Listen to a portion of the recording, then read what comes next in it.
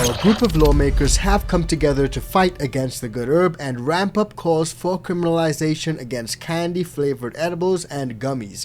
Now, this bill increases the criminal penalties for tons of different types of offenses, but what's the reason for all this? Of course, they're saying it's to protect the kids. Infused gummy bears could soon be pulled off store shelves here in our state. State lawmakers had advanced a bill that would ban edibles shaped like fruits, animals, or people.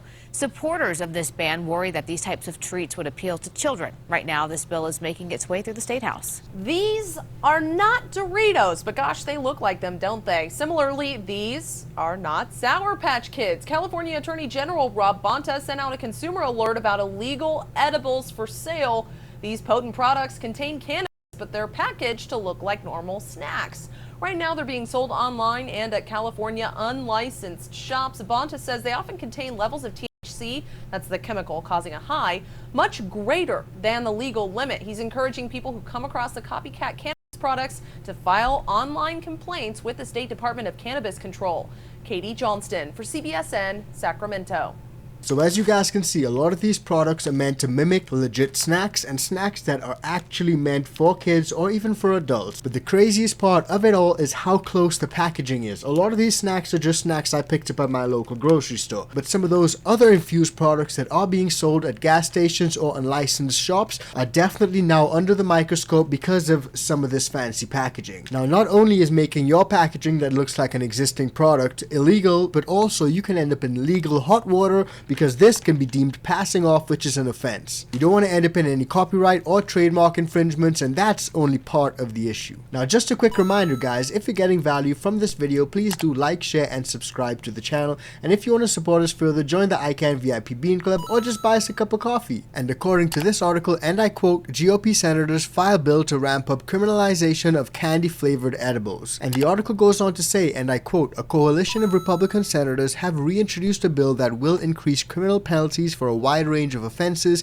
including manufacturing or selling Schedule I drugs like the good herb in the form of candy or beverages if there's a reasonable cause to believe that they will be sold to minors. Now guys, the interesting thing about all this, and the point that I'm trying to make, is that this initiative is led by Senate Judiciary Committee Chairman Chuck Grassley. You guys can see him up on screen now, along with 10 other GOP members. But a lot of these folks are really old and really old school in terms of their thinking when it comes to the good herb. Whereas we're seeing a lot of younger Republicans, younger conservatives are a lot more open. So that's just something that I've noticed and found pretty interesting. And we'll get into that a bit more a bit later on. And again, guys, I have no problem with regulations that keep some of these products out of the hands of minors. And in most cases, you need to be of age and show an ID card to even set foot in the door. So the problem here comes in a lot of these unregulated shops and gas stations that have no problem selling these stuff to kids without ID. And in that situation, like the old saying says, Peter pays for Paul and Paul pays for all. But that's really an unfair way to go about things because a lot of people are now going to have to face this ban, and that's really unfortunate because a lot of people will now lose access to a lot of these products that they obtain relief from instead of officials just going after those bad actors. Now, the Senate legislation does not explicitly mention marijuana, but a section by section analysis says that manufacturers and traffickers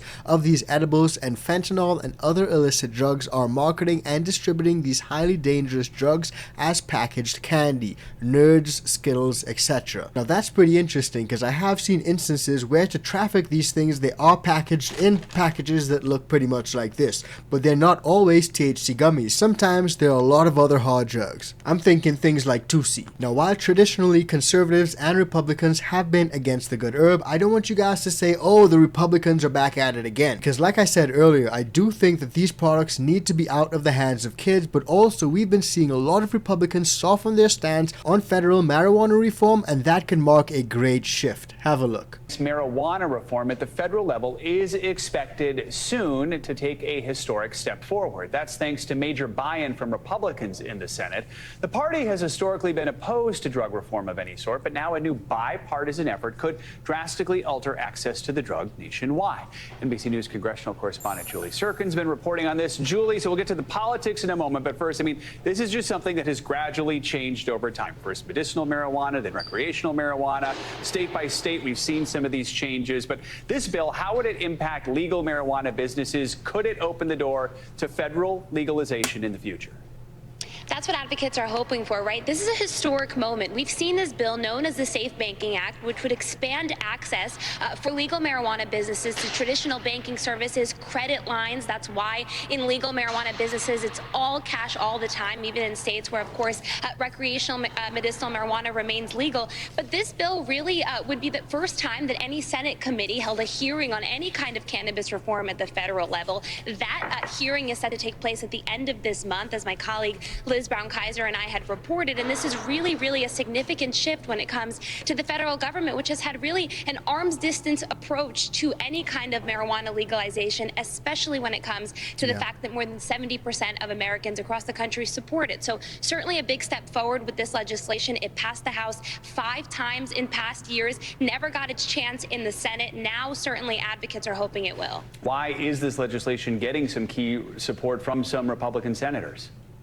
Well, remember, 40 states and the District of Columbia have legalized some form of use of marijuana. Certainly, that's putting pressure from constituents on lawmakers, even in a state, let's say, like Alabama, where recreational weed is not legal, right? It's only medicinal. But in the case of Senator Tommy Tuberville, for example, who supports this bill, he was going to co-sponsor it formally, then did an about-face on that because of pushback he got from law enforcement officials, from other conservatives in his state. He's supporting it, though, because of the access it would give to small banks, community banks, to these legal businesses. Also because of the rise in crime. These are cash-heavy businesses. They are operating with large sums of cash in their businesses, traveling with it as well, very far distances in some cases to deposit it at banks that will work with them. Well, they've seen an increase of robberies because of that. So Republicans have been hearing from law enforcement officials in their states who want them to do more on this issue. And by the way, all of these legal business owners are contending with a patchwork of laws around the country. That's something I saw firsthand when I went to Montana earlier this year, a conservative state that recently legalized marijuana. That's something I heard over and over again. All right, Julie Sirkin, thanks for your reporting. Appreciate it. But it's also great to see that they're acknowledging the fact that a lot of these businesses operating in the industry cannot get traditional banking. And that's caused a problem for a lot of them. A lot of them are cash-heavy businesses because of that, and that opens them up to robberies. And to a lot of thieves, some of these businesses are just sitting ducks. Now, we're going to dig into why some of these folks actually want to ban all of these edibles and infused gummies. But before we do, let's have a look at another one of the Republicans that's actually on board with legalization. Now, this is a group of Republicans led by Nancy Mace, which introduced a bill to decriminalize the herb amid stalled proposals. Check it out. We know that there are medical benefits to it, so descheduling will do that. It protects each state's unique laws and reforms. It takes into account the federal level that every state is different. My state of South Carolina, we have CBD. Florida has medical marijuana. California has adult use cannabis. And so what we're going to do at the federal level would tax it and regulate it, recognizing all of that. And to do that, the agencies that we would utilize at the federal level, if you're a grower, it would be regulated under USDA. If it's a product, it would be under ATF. If it's with interstate commerce, which is included in this bill, it'd be under TTP, for example. If it's going to be regulated as medical, it would be done under the FDA agencies. So we took special care to understand and recognize that we would need different agencies. It would be regulated like alcohol in that regard. And what I really liked about what she mentioned there is that a lot of people have to recognize the fact that some of these businesses are operating across state lines. They operate across the nation. Being able to protect some of these businesses when they're moving from state to state or just passing through states is really important. You guys would have heard her mention FDA, ATF, different branches and different agencies for different products. Now, the FDA has already in the past gotten involved as they warned about companies illegally selling copycat edibles with Delta 8 THC. Have a look. Be careful when you pick up a bag of snacks. They might not be chips or even candy. The federal government is cracking down on companies that sell edibles containing Delta 8 THC that resembles popular snack foods. The agency warns manufacturers such marketing those things is reckless, illegal, and that copycat products pose a health and safety risk, especially among kids.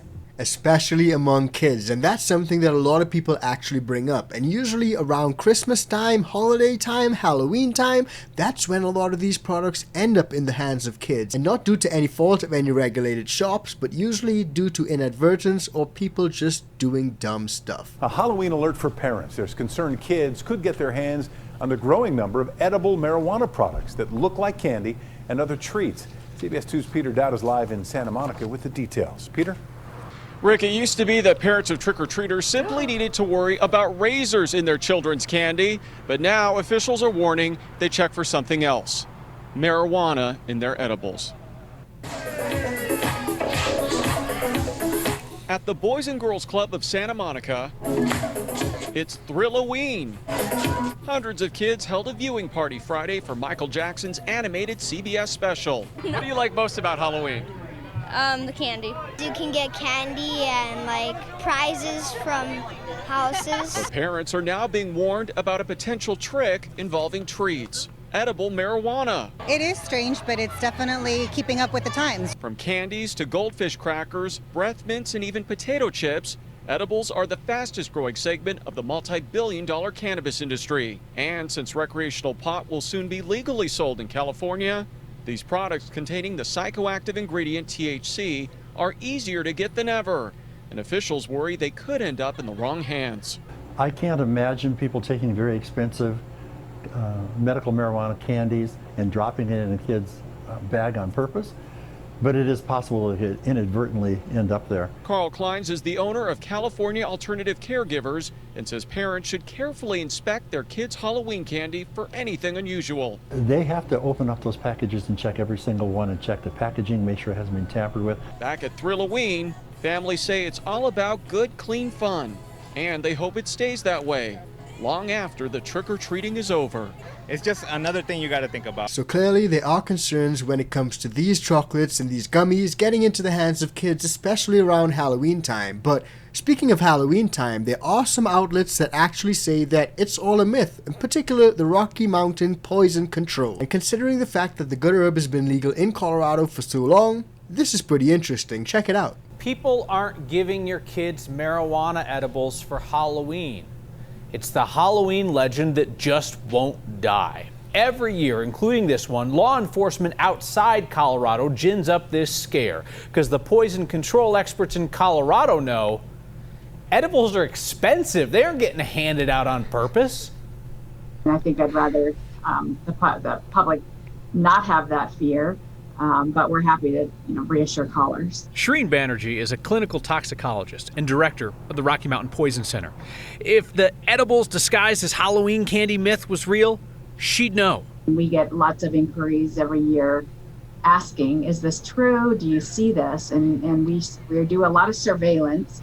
And to date, I have never had a case or heard of a case or seen a case where a marijuana edible was given out to children instead of regular Halloween candy. Not once.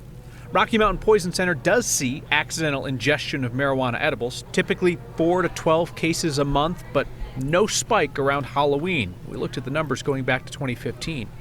But the myth of edibles going into Halloween baskets persists. It's a frustration that people think that that's a reality, but we're happy to talk to people and reassure them that this is not something that's regularly seen, or actually never seen that done. One last thought about the persistent myth that people are giving marijuana edibles to kids for Halloween. Local news stations can help end this myth by not giving airtime to the people who make the claim without evidence. Some might say, oh, it never hurts to be careful. Well, honestly, encouraging people to have irrational fears instead of focusing on actual dangers, that is harmful. And it makes it seem like the threat is coming from someone else, as opposed to our behavior. We want to protect kids around Halloween, or really any time. We should put down our cell phones while we're driving so we can see kids crossing the street. We should safely store our guns at home. We should secure the stuff that does lead to the majority of poison control calls for kids: pain relievers, prescriptions, household cleaners. And yeah, put edibles in a place where kids can't get them. And once and for all, just quit worrying about whether our neighbors are going to waste their expensive stash on our kids. They won't even splurge for full-size candy bars. Now, no matter what you think about Kyle Clark, and personally, I'm not the biggest fan of Kyle Clark, but he does have a few good points there, and that's something that you can apply to a lot of different things, especially when it comes to politics. Don't believe about all the fear-mongering that mainstream media is trying to tell you. Do some cognitive thinking, do some critical thinking, and make a decision for yourself based on all the facts that you have before you. So let me know what you guys think about that. Let me know what you guys think about today's episode. Do you guys think that all these candy edibles that resemble gummies candies and other packages like some of these Skittles and Cheetos should be banned, or do you guys think they should be regulated? Drop it in the comments and let me know. Now you guys may have missed this, but there are a bunch of moms that are coming together and calling for THC to be banned. If you haven't seen it, check it out because that video is coming up right now.